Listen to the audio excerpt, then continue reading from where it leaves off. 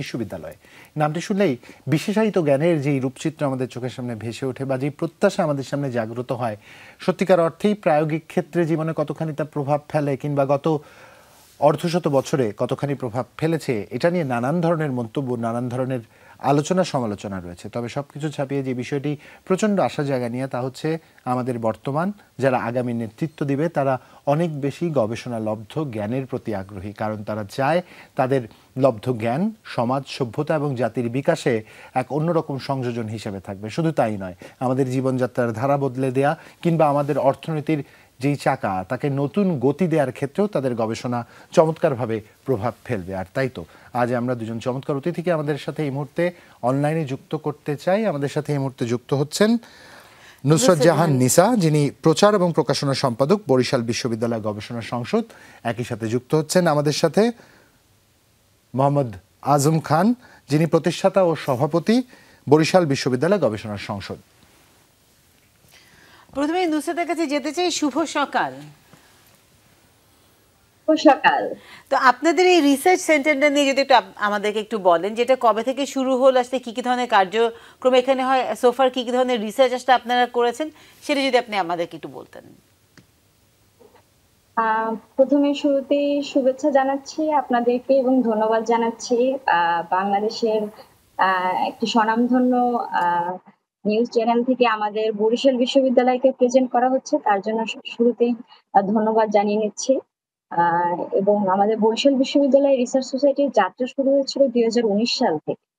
তারপরে নানা ধরনের টানাপোড়েন থেকে শুরু করে বর্তমানে আজ আমাদের এই পর্যায়ে আর কি। আর এখানে আমাদের মূলত বিভিন্ন ধরনের গবেষণাকে কেন্দ্র করেই আমাদের সমস্ত ধরনের কার্যক্রম করা হয়। এখানে দেখা যাচ্ছে শুধুমাত্র যে শুধু একটা সংগঠন হিসেবেই নেই, আমরা গবেষণাকে মূল কেন্দ্র করে এখানে যে তরুণদের যে জায়গাটা করে দেওয়া, দেখা যায় যে বাংলাদেশের মতো একটা জায়গাতে গবেষণার পরিবেশটা খুব একটা পাওয়া যায় না। সেখানে বিশেষ করে তরুণদের অ্যাজ এ রিসার্চ অ্যাসিস্ট্যান্ট বা গবেষণার যে পর্যাপ্ত পরিবেশ তারা পায়। তো আমরা সেই জায়গাটাকে এনশিওর করার জন্য বিশেষ করে বিশ্ববিদ্যালয়কে আমরা জানি যে এটা আসলে মূলত নতুন উদ্ভাবনী শক্তি প্লাস হলো যে আমরা গবেষণাকেই কেন্দ্র করে এখানে আমাদের কার্যক্রম বা গবেষণাকেই মূল ইয়ার জায়গাটা রাখা হয়। তো সেক্ষেত্রে আমরা বিভিন্ন সময়ে দেখা যায় যে বিশ্ববিদ্যালয়ের শিক্ষার্থীদের নিয়ে রিসার্চ আড্ডা বলতে, যেখানে আমাদের এখানে একটা খুব সুন্দর একটা বিষয় আমরা পরিচালনা করে থাকি সাপ্তাহিক, যেখানে আমাদের সম্মানিত শিক্ষকগণরা তাদের রিসার্চ জার্নি বা তাদের নিজস্ব যে জানাটা ওইটা শিক্ষার্থীদের সাথে মানে শেয়ার করে থাকেন। এবং সেই জায়গাটা থেকে দেখা যায় কারো যদি গবেষণা সম্পর্কে আগ্রহের জায়গাটা তৈরি হয়, তরুণ যে রিসার্চাররা আছে তাদের যে জানার জায়গাটা বা অভিজ্ঞতার জায়গাটা এটাও আরো পরিপক্ক হয়। তারপরে দেখা যায় যে অনেক সময় রিসার্চারদের ক্ষেত্রে খুব বড় একটা চ্যালেঞ্জের জায়গা হয়ে যায় যে কিভাবে আসলে আমরা একজন সুপারভাইজার বা কিভাবে আমরা একজন ভালো গাইড পাবো। তো সেক্ষেত্রে আমাদের রিসার্চ সোসাইটি থেকে বা সংগঠন থেকে আমরা এটা তাদের প্রোভাইড করার চেষ্টা করি যে ভালো একজন শিক্ষক বা একজন যে তাদের গবেষণা কাজে আসলে সাহায্য করতে পারবে, তাদের মানে একজন মেন্টর কিভাবে করে নির্বাচন করবে এই বিষয়টি আপনারা সহায়তা করেন। একটু মোহাম্মদ আজম খানের কাছে আমরা যেতে চাই। আজম খান, খুব স্বাভাবিকভাবে একটা প্রশ্ন থাকে, যেহেতু আপনি প্রতিষ্ঠাতা এবং সভাপতি, এই একটা জায়গায় খুব কৌতূহলী আমি জানতে, কেন এই তাগিদটা বোধ করলেন যে এরকম একটি সংসদ হওয়া দরকার বা এবং একটি সংগঠন হওয়া দরকার? কারণ বিশ্ববিদ্যালয় থেকে এমনিতেই তো খুব স্বাভাবিকভাবেই রিসার্চ করা হয়, একদম ফাইনাল ইয়ারে এসে দেখা যায় রিসার্চ ইন্টার্ন বা ইন্টার্নশিপের পরবর্তীতে একটি রিসার্চ পেপার জমা দেওয়া হয়। এই একটা জায়গায় কেন আলাদা করে আপনার এই তাগিদটা বোধ হলো যে না, একটি রিসার্চ কেন্দ্রিক সংগঠন হওয়াটা জরুরি? জি, প্রথমে ধন্যবাদ জানাচ্ছি যমুনা টিভিকে আমাদেরকে আজকে এখানে যুক্ত করার জন্য। আসলে গবেষণার যে জায়গা, যেটা আমরা যদি আমাদের দেশের বাইরের কথা চিন্তা করি, সেক্ষেত্রে আসলে অনেক আগে থেকেই আসলে আমরা যারা থাকি তারা গবেষণার সাথে যুক্ত হয়ে যায়। এবং আমাদের দেশের চিত্রটা একটু ব্যতিক্রম। আমাদের দেশে যে শিক্ষা প্রতিষ্ঠানগুলো আছে সেখানে আসলে গবেষণার ফ্যাসিলিটিস কম, তারপরে হচ্ছে গবেষণার আসলে সেই ধরনের প্রয়োজনীয় যে বিষয়গুলো থাকা দরকার সেই জিনিসগুলো আসলে খুবই কম। সেক্ষেত্রে যেটা হয় যে ওই মুহূর্তে গিয়ে একজন শিক্ষার্থী যখন সে মাস্টার্সে থাকে অথবা হচ্ছে স্নাতকের শেষের দিকে থাকে, তখন আসলে তার জন্য গবেষণা করাটা অনেক বেশি কষ্টকর হয়ে যায়। কারণ সে গবেষণার সাথে খুব বেশি কানেক্টেড থাকতে পারে না। তার একাডেমিক যে বিষয়গুলো থাকে সেগুলোর সাথে খুব বেশি কানেক্টেড থাকার যে থাকতে হয় বা অন্যান্য বিষয়গুলোর বেশি ফোকাস থাকে। আবার হচ্ছে আমাদের বাংলাদেশের যে গতানুগতিক যে চিন্তাধারা আছে সেখানে হচ্ছে যে বিসিএস বা আদার যে অন্যান্য জবগুলো আছে সেক্ষেত্রে সেগুলোর প্রতি বেশি আসলে ফোকাস থাকে। এবং এটার সবচেয়ে বড় কারণ যেটা হয় আসলে আমাদের গবেষণার যে বিষয়গুলো সেগুলো আসলে খুব কম।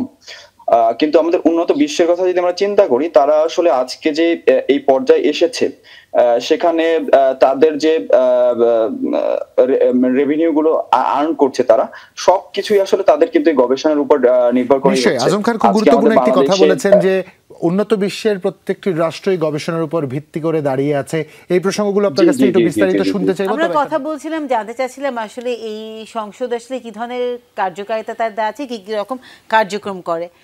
সেখান থেকে আসলে আমাদের এখন জানতে চাচ্ছি যে আপনাদের এই যে সামিটটা আপনাদের হচ্ছে মাল্টিডিসিপ্লিনারি ইউথ রিসার্চ সামিট যেটা, সেই এবং ফর সাস্টেনেবল বাংলাদেশ, এই সামিটে আসলে কতজন পার্টিসিপেট করেছে, এই প্রোগ্রামটা সম্পর্কে যদি আমাদের একটু বিস্তারিত আমাদের বলবেন নিসা। হ্যাঁ নিসা।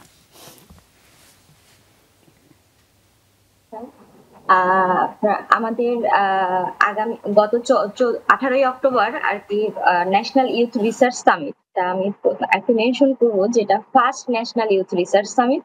কারণ পূর্ববর্তী সময়ে রিসার্চ সামিট হয়েছে কিন্তু তরুণদেরকে সুযোগ করে দিয়ে এবং তরুণদেরকে এখানে মূল ফোকাস রেখে আমরা কাজ করার চেষ্টা করেছি, যেখানে তরুণরাই এখন বাংলাদেশের যারা ভবিষ্যতের মূল কারিগর বা তারাই পরবর্তী সময়ে আর কি বাংলাদেশের উন্নতি, বিশেষ করে সাস্টেইনেবল বাংলাদেশ গড়ার ক্ষেত্রে যারা মূল ভূমিকা পালন করবে। সেক্ষেত্রে আমাদের যে রিসার্চ সামিট গত 18ই অক্টোবর অনুষ্ঠিত হয়েছে বরিশাল বিশ্ববিদ্যালয়ে ক্যাম্পাসে, এবং এটা আমাদের মূল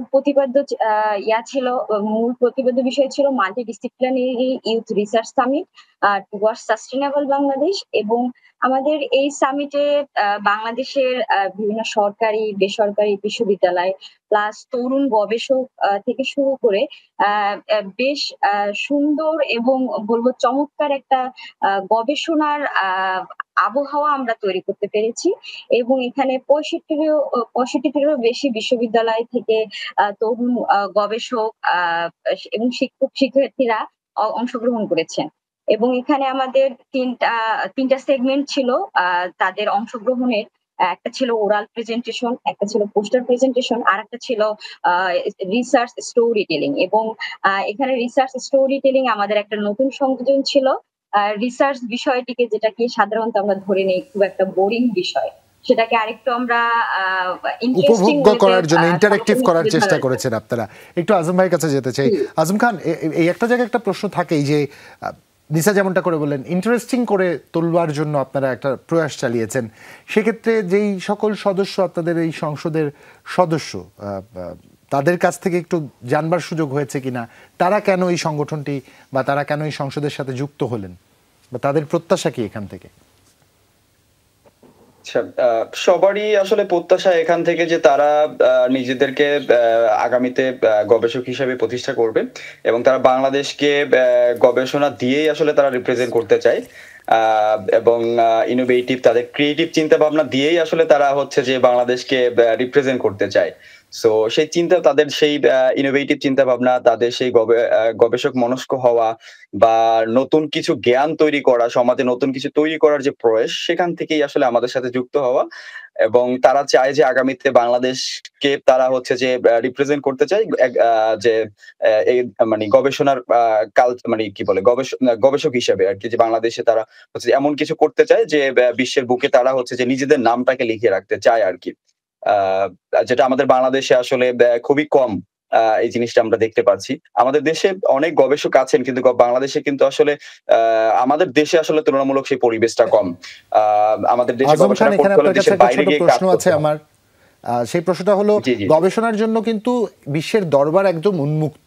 বাংলাদেশের তরুণেরা জি, জি, দেখেছি জি, জি। দুনিয়ার বিভিন্ন প্রান্তে যে আমরা গবেষণার ক্ষেত্রে প্রণোদনা থেকে শুরু করে নানান রকমের স্বীকৃতি পায়। সেক্ষেত্রে আন্তর্জাতিক কোনো সংস্থা, জি, জি, সংগঠন কিংবা বিশ্ববিদ্যালয়গুলোর সাথে আপনাদের এই যোগাযোগটা তৈরি হয়েছে কিনা? আমি এখানে just এক জিনিস অ্যাড করতে চাই, কারণ গবেষণার জি। ক্ষেত্রে আমরা বিষয়টা দেখি যে এটার ক্রেডিবিলিটি কিন্তু একটা কোয়েশ্চেনেবল জায়গায় কিন্তু থাকে। যদি এটা পিয়ার রিভিউ জার্নালে যদি পাবলিশ না হয়, অথবা যদি এরকম কোনো ইন্ডেক্স জার্নালে যদি না থাকে, তাহলে দেখা যায় যে সেই গবেষণাটা আসলে গ্রহণযোগ্যতা অথেন্টিক হারায়। অথবা তার গ্রহণযোগ্যতা হারায়। এখানে আসলে কিভাবে আপনাদের সংগঠন কাজ করছেন? জি, আমাদের এখানে বরিশাল বিশ্ববিদ্যালয়ের প্রায় হচ্ছে যে ৭০ জনেরও অধিক হচ্ছে যে শিক্ষক আমাদের সাথে কানেক্টেড আছেন, এবং যারা গবেষণায় অভিজ্ঞ রয়েছেন, আমাদের সিনিয়র যারা রয়েছেন বিশ্ববিদ্যালয়ের, যারা সিনিয়র শিক্ষার্থী রয়েছেন অলরেডি, যারা হচ্ছে যে বিভিন্ন বিশ্ববিদ্যালয়ে তারা পিএইচডি করছেন, অথবা হচ্ছে যে মাস্টার্সে আছেন। সো তারা আমাদেরকে এখানে হচ্ছে যে গাইড করছেন। তারা আমাদেরকে বিভিন্ন সময় তাদের যে জ্ঞানগুলো আছেন সেগুলোর মাধ্যমে আমাদেরকে বিভিন্ন ধরনের ওয়ার্কশপ, বিভিন্ন ধরনের সেমিনার, বিভিন্ন ধরনের হচ্ছে কর্মশালার মাধ্যমে আমাদেরকে তারা চেষ্টা করছেন তাদের সেই গবেষণা জ্ঞানগুলোকে আমাদের মাঝে ছড়িয়ে দেওয়ার জন্য। এবং আমাদের যে তরুণ শিক্ষার্থী যারা রয়েছে তারাও আমাদের এখানে, যেটা নিসা প্রথমেই মেনশন করেছে, যে আমরা হচ্ছে যে শিক্ষকদেরকে সুপারভাইজার হিসেবে নিয়োগ দিয়ে আমরা প্রথমে আমরা চেষ্টা করি যে আমাদের বিশ্ববিদ্যালয়ের যারা গবেষণায় যারা ভালো আছেন, যেসব শিক্ষকরা গবেষণায় খুব বেশি ভালো এবং খুব বেশি প্রমিনেন্ট, এবং যারা বাইরের বড় বড় বিশ্ববিদ্যালয় থেকে আসলে পিএইচডি ডিগ্রি নিয়ে এসেছেন, সেই সব শিক্ষকদেরকেই হচ্ছে যে আমরা কানেক্টেড করার চেষ্টা করি, এবং তাদের যে গবেষণার যে জ্ঞানগুলো রয়েছে সেগুলোকে কাজে লাগিয়ে আমরা হচ্ছে আমাদের যে বিভিন্ন টিম প্রজেক্ট রয়েছে, আমাদের বরিশাল বিশ্ববিদ্যালয়ে এখন বর্তমানে প্রায়ই হচ্ছে যে 25টির অধিক টিম প্রজেক্ট রয়েছে, যেখানে আমাদের তরুণ, আমাদের বরিশাল বিশ্ববিদ্যালয়ের শিক্ষার্থীরা রয়েছে, সেখানে ফার্স্ট একদম প্রথম বর্ষ থেকে শুরু করে একদম মাস্টার্স পর্যন্ত যে শিক্ষার্থীরা রয়েছে, অধ্যয়নরত অবস্থায় রয়েছে, তাদেরকে আমরা কানেক্ট করার চেষ্টা করেছি, এবং তাদেরকে আমরা টিম করে তারপরে হচ্ছে আমরা আমাদের শিক্ষকদের সাথে কানেক্টেড করিয়ে দিয়েছি, এবং তাদের মাধ্যমে আমরা হচ্ছে বিভিন্ন যে প্রজেক্ট আছে সেগুলোকে রান করছি, বা বিভিন্ন ধরনের গবেষণার কাজ আমরা করছি। সো আমরা এটা চেষ্টা করেছি, সবসময় আমরা চেষ্টা করি যে আসলে গবেষণার যে জায়গা, যেটা যে অভিজ্ঞ যারা আছেন বা যাদের অভিজ্ঞতা আছে, বা যারা একদমই হচ্ছে যে ডক্টরেট বা যারা হচ্ছে যে গবেষণায় প্রমিনেন্ট, তাদেরকে সাথেই আসলে কানেক্টেড থাকা। অসংখ্য ধন্যবাদ আমাদের যে বিভিন্ন ধরনের ওয়ার্কশপ গুলো হয়। অসংখ্য ধন্যবাদ জি। আজম, আপনি চমৎকার করে বলছিলেন কিন্তু যে আপনাদের উদ্দেশ্য এবং লক্ষ্য সম্বন্ধে। নিসাও কিন্তু চমৎকার করে বললেন। শুভকামনা থাকলো আপনাদের প্রত্যেকের জন্য, এবং আপনাদের মাধ্যমে আপনাদের সংগঠনের এবং শিক্ষক যারাই এর সাথে সম্পৃক্ত রয়েছেন তাদের প্রত্যেকের প্রতি শ্রদ্ধা এবং শুভকামনা। এবং এটা কিন্তু অসম্ভব একটা ভালো উদ্যোগ, যে একদম হয় না, আপনি তারা বলছে যে ফার্স্ট ইয়ার থেকেই কিন্তু ফার্স্ট ইয়ার টু মাস্টার্স পর্যন্ত কিন্তু তারা আসলে এই রিসার্চ এবং এই গবেষণার সাথে তারা যুক্ত, এবং গবেষণাটা আসলে খুবই খুবই ইম্পর্টেন্ট। প্রথমেই যে আমার একদম স্কোপাস ইন্ডেক্স হবে, জার্নাল পাবলিশ, সেটা কিন্তু না, কিন্তু আসলে সেটা যে আমরা শুরু করতে পারছি সেটা ইম্পর্টেন্ট।